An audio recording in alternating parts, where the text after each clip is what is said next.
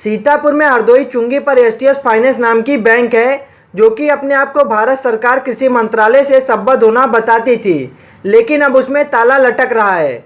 Bank करीब 3,000 से ज़्यादा लोगों का 5 करोड़ से ज़्यादा रुपया लेकर फरार हो गई। रिकवरी एजेंट्स लोगों को जवाब नहीं दे पा रहे, उनका जवाब देना भारी पड़ने लगा है। न्याय की उम्मीद न मिलने पर परेशान बैंक एजेंट्स धरना स्थल पर भूख हड़ताल पर बैठ गए। सभी एजेंट्स का कहना है कि जब तक एसटीएस फाइनेंस बैंक मालिक उनका पैसा वापस नहीं करते, वो भूख हड़ताल खत्म नहीं करेंगे।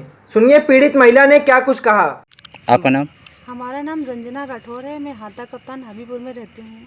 मैं एसटीएस कंपनी जो कि ये नवीन चौक के पास बनी है, मैं इसमें जॉब करती थी और एक एजेंट भी थी। वहाँ पे मेरा कोड भी था। वहाँ पे मैं जॉब कर रही थी। 1 साल से मेरी कोई सैलरी नहीं दी गई थी। मुझे वहाँ जॉब करने के लिए कौशल केंद्र से भेजा गया था।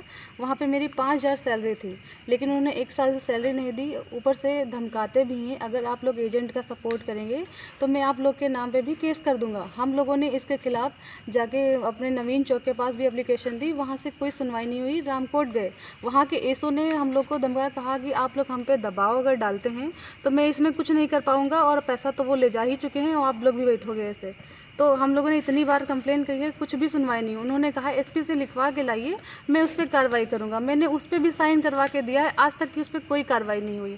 1076 पे कॉल की, वहाँ से बार बार फीडबैक मांगते हैं, पर उस पर भी कोई सुनवाई नहीं होती है।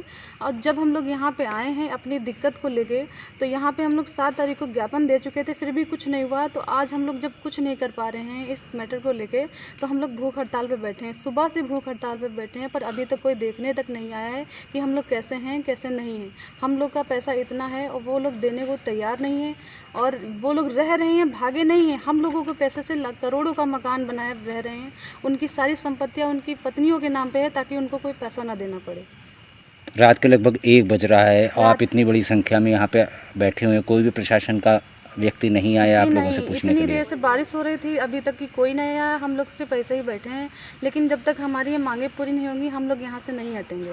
अच्छा, जब न्याय के लिए जिनके लिए मांगने गई जिनके पास में, उन्होंने आपको क्या कुछ आश्वासन दिया है? अभी तक किसी ने कुछ? जी नहीं, 6 महीने से हम लोग दौड़ रहे हैं। बार बार जाते हैं, बोलते हैं कि आप लोग 1 बजे आइए, कॉल आ जाती है कि आप लोग 1 बजे आइए, वहाँ पे हम जाएंगे। लेकिन हम लोग वहाँ जाते हैं, आज मीटिंग चल रही है, आज सर नहीं मिल पाएंगे, फिर हम लोग रामकोट से फिर वापस आते हैं। कितने दिनों से आप लोग चक्कर लगा रहे ये हैं? हम लोग कम से कम 6-7 महीने से चक्कर लगा रहे हैं।